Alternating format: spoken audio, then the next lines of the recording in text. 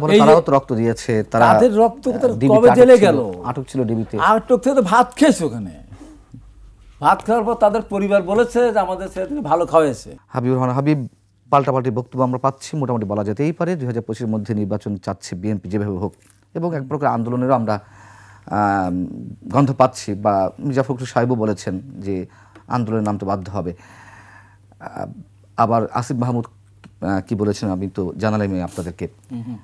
আসলে কোন দিকে যাচ্ছি আমরা? আপনাকে ধন্যবাদ। আপনার মাধ্যমে 21 টেলিভিশনের দর্শক শ্রোতা, দেশে এবং দেশের বাইরে থেকে যারা দেখছেন তাদের সশস্ত্র সালাম। বিজ্ঞ সমালোচক ডক্টর রেজাউল করিমকে শুভেচ্ছা। আসলে বিরোধী দল দাবি করতেই পারে, বিরোধী দল অর্থাৎ সরকারের বাইরে যারা থাকে।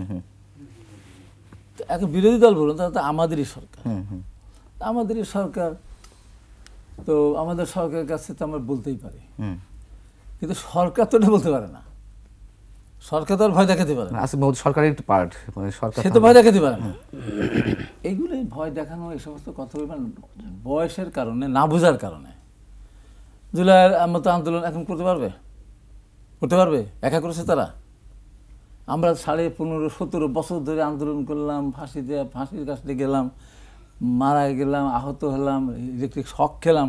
যার একদিন টিয়ারশেলের গ্যাস কেমন লাগে, কি বলে নেই, মানে ইলেকট্রিক শক কেমন ব্যথা লাগে না, ভালো মজা লাগে, জেলখানা কেমন যা জেনলাম না, বুঝলাম না। তো তারা এই কথা বলা তো উচিত না, মোটেই উচিত না। আমরা যৌক্তিক সম্মানকে এটা মানবো? তারা বলে তারাও তো রক্ত দিয়েছে, তাদের রক্ত কবে জেলে গেল? আটক ছিল ডিবিতে। আটক থেকে তো ভাত খেয়েছে ওখানে। ভাত খাওয়ার পর তাদের পরিবার বলেছে যে আমাদের ছেলে ভালো খাওয়াইছে, আমাদেরকেও ভালো খাওয়াইছে। কথাগুলো বলতে বাধ্য হচ্ছে। আমাদের তো চোখ রাঙানোর অধিকার কারণ নাই, কারোর অধিকার নেই আমাদের চোখ রাঙানোর। 2024 সালের নির্বাচন যদি হতো, বিএনপি একা 250 আসন সিট পেত। আমরা কি কারো দয়ায় চলি নাকি আমরা? এই যে কথাবার্তা বলে, আমরা তো 90 সালে আন্দোলন করেছিলাম, একক সিদ্ধান্ত দিয়ে আন্দোলন করতাম, তখন যদি তখন একটা স্বৈরাচারের পতন ঘটেছে। তারপরে এসব কথা আমরা বলতে, আমরা তো গিয়ে ক্ষমতা আমরা যাইনি, আমরা তো উপদেষ্টা হতে যাইনি, উপদেষ্টা বানাতেও যাইনি, বিনা পন্থা নির্বাচিত হওয়ার জন্য সুপারিশ করিনি, বল নাই যে আমার 10 জনকে সিরিজ ছেড়ে দিতে হবে। এই সমস্ত কথা অবান্তর কথাবার্তা, এবং এটা সমস্যাটা বাড়ানোর চিন্তা ভাবনা। এখন কি মনে করছেন শান্তিতে আছে সরকার? আরে দেশের বিরুদ্ধে ষড়যন্ত্র হচ্ছে, প্রতিনিয়ত আপনার সীমান্ত উত্তেজনা চলছে। বাংলাদেশের মানুষ আর ভারতীয় মানুষ আর বিজেপি আর বিএসএফ সামনাসামনি মুখোমুখি। সরকারের অবস্থায় নড়বড়ে, কি দেশের অবস্থা, সরকারের অবস্থায় তো আরও নড়বড়ে। কি আছে আপনার? এত গর্ব করে কোনো কিছু আছে? কে আছে আপনার? কে আছে? প্রশাসন আপনার? সব প্রশাসন আমি প্রশাসন। তো কার উপর ভরসা করে এত কথা বলেন? প্রথমত কথা। দ্বিতীয়ত কথা হলো যে আমরা সবাই মিলে আন্দোলনটা করেছিলাম, আমাদের রক্তের কোনো মূল্য নাই, কোনো মূল্য নাই। এই যে কথাবার্তাগুলি দীর্ঘদিন ধরে জানছে, 90 নাই, 90 ছাড়াই 24 আসছে। আমাদের আন্দোলন তো আমাদের 500-700 ছেলে আমাদের মারা গেল কেন? যারা আজকে কথা বলতেছে তারা পুলিশ লাঠি পেরে খেয়েছে। মূলত তো ঢাকা বিশ্ববিদ্যালয় থেকে একজন মারা গেছে, জাহাঙ্গীরনগর বিশ্ববিদ্যালয়ে একজন মারা গেছে, গেছে মারা। কথা বললে হিসাব করে বলতে হবে, হিসাব করে বলতে হবে। বিএনপিকে সম্মান দিয়ে কথা বলতে হবে।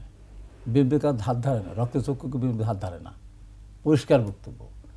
এখন কথা হলো সংস্কার করবেন, সমস্ত সংস্কার শেষ করার পরে কত বছর লাগবে বলেন? কত বছর লাগবে সংস্কার করতে? এই যে একটা প্রস্তাব দিয়েছে সংবিধান, নির্বাচনী যে এটা সংস্কারটা দিয়েছে আলিদাস সাহেব, ও তো মানি সংবিধান, ও তো মানেই না। কি বললো? জনগণ প্রজাতন্ত্রী, জনগণতন্ত্রী, জনগণতন্ত্রী। এইটা লিখতে গিয়ে কত শত কোটি টাকা খরচ হবে হিসাব করে। বাংলাদেশের নিউ মুক্তা ট্রান্সপোর্ট ছিল আমাদের পাবনা, এটা চেঞ্জ করেও বা আসলে সুফল কি আসবে সেটা তো বলতেছি। যে মুক্তা ট্রান্সপোর্ট ছিল, আরেকটা করে নিউ মুক্তা, তো নিউ মুক্তা আলাদা, মুক্তা আলাদা। গণতন্ত্র বাংলাদেশ একটা, ওইটা জনগণতন্ত্রী আরেকটা। তাই তো বিদেশের কাছে মেসেজ যেত আর কি, নতুন একটা দেশ আসে নাকি। তো এই সমস্ত হেয়ালি করার কোনো যুক্তি আছে? ওইটা মানবো আমি? আমি মানবো? আপনি 5 বছর ছিল সংসদের মেয়াদ, আপনি আমেরিকা বসে থাকেন, বিশ্ববিদ্যালয়ে পড়ান, আবার 4 বছর করলেন। বাংলাদেশকে অর্থনৈতিকভাবে এত সফল হয়েছে যে 1 বছর আগায় যে আবার 8 বছর। আপনি বললেন 505 সদস্য সংসদ, কেন বাবা? আমরাও বলেছি উচ্চ কক্ষ নিম্ন কক্ষ, আমরা বলেছি যে কীভাবে হবে তার নাই। কী করলেন? আজগবি একই দিলেন যে সাধারণ 300 আসনে নির্বাচন হবে, সেগুলি জনগণ ভোট দিয়ে বানাবে, আর উচ্চ কক্ষে যেটা আনুপাতিক হারে যে কয়টা পাই সেই কয়টা। কি হলো তাহলে? হলোটা কি? এটাই তো বিএনপির ফর্মুলাটাও তো এটি ছিল না, বিএনপি এরকম উচ্চ কক্ষে এই উচ্চ কক্ষ নিম্নকক্ষ আছে, কিন্তু এই যে এই ফর্মুলা তো নাই। ওইটা একটা সংখ্যানুপাতিক হারে সেটা একটা আলাদা, আমাদের যেটা সেটা একটা ব্যবস্থা আলাদা। আপনি এখানে নিয়ে আসলেন 100 মহিলা সদস্য নির্বাচিত হবে, ভোট হবে, আপনি সীমানা নির্ধারণ করুন কবে? করতে হবে না? আবার 5 জন দিলে রাষ্ট্রপতি সেখানে আপনার নমিনেশন দেবেন, নমিনেট করবেন। এই যে আমরা এগুলো মানবো? এগুলো তো প্রস্তাব দিয়েছে, মানা না মানা এইটা তো বলতে তাহলে এই সংসদ কত বছর ধরে করবে? আমরা যদি একমত না হয় সংসদ করলে আমরা মানবো? হবে এটা? এই যে সমস্ত খামখেয়ালিপনা কথাবার্তা সরকার থেকে আজ পর্যন্ত যা ছিল, আমরা আওয়ামী লীগ আজকে কথা বলতে পারতেছে না, আমরা কথা বলতে পারতেছি, ওরা পালিয়ে বেড়াচ্ছে, আমরা প্রকাশ করি। এই তো পার্থক্য আমাদের। জনগণের কি পার্থক্য হয়েছে বলেন তো? 100টা পণ্যের দাম বাড়ালো, বিদ্যুতের দাম বাড়াবে, গ্যাসের দাম বাড়াবে, এই যে সমস্ত জনগণের মনে কি ফিরে আসছে? জনগণ আজকে জিনিসপত্রের দাম কোথায়? কোনটা নিয়ন্ত্রণ আছে? কোনটা নিয়ন্ত্রণ আছে? আপনি কি সরকার? আপনি কি সরকারকে ভাবে? সরকার যদি ভাবে তাহলে বলতে হবে এই ধমক দেওয়ার আগে, আমি জানতে চাই 5ই অগাস্ট 662 জন যে ক্যান্টনমেন্টে আশ্রয় নিয়েছিল তারা পরীক্ষিত, তারা দুষ্কৃতিকারী, যারা আমেরিকা এমপি, মন্ত্রী, ব্যাংক ডাকাত, লুটেরা, তারা কোথায়? সরকার জানে? সরকার জানার অধিকার আছে, ক্ষমতা আছে জানার, জিহার ক্ষমতা আছে। এত পড়াই করেন আপনি। আমি শেষ করি। আপনি এর আগে বলেছে, আপনি সাবির হোসেন চৌধুরী 6টা মার্ডার, 2টা মার্ডার কেস, ওনার রিমান্ড চলছে, সেই মুহূর্তে ওনাকে জামিন দিয়ে দিলেন ম্যাজিস্ট্রেট কোর্ট। আর আমাকে টকশো দেখতে হয়েছিল, ম্যাজিস্ট্রেট করে জামিন দিলেন না, জজ করে জামিন দিলেন না, হাইকোর্টে কত মাস থেকে হাইকোর্টে জামিন দিতে হলো। আপনি কি সরকার জবাব দিতে চেয়েছেন? তো এই সমস্ত কথা বাদ দিয়ে বলতে হবে, হ্যাঁ আমরা তো বলেছি একটা যৌক্তিক সংস্কার চলমান একটা পদ্ধতি, সেই চলমান পদ্ধতি সংস্কার, নির্বাচনও হবে, সংস্কারও হবে। এখন বিএনপি আমাদের মহাসচিব কাছে আরও ক্লিয়ার করছে না? বিএনপির মহাসচিব কী বলেছিলেন?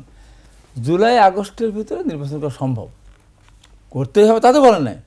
এটা মনে হলো যে আমরা রাজাকার হয়ে গেলাম, 71-এর মতো রাজাকার হয়ে গেলাম, দেশদ্রোহী হয়ে গেলাম। আরে ভোট চাইলে আমরা দেশদ্রোহী হয়ে গেলাম। আওয়ামী লীগ যখন বলতো অধিকতর উন্নয়ন, একটু গণতন্ত্র, সীমিত গণতন্ত্রতে আমরা ভোট চাইলে এই কথা বলতো। এই কথা তো বল নাই আমরা যে রাজাকার হয়ে গেছি, বা আমরা কি বলে রাষ্ট্রদ্রোহী হয়ে গেছি, এই পর্যায়ের কথা তো বলে, তাই বলছে, এরকমই তো বলে।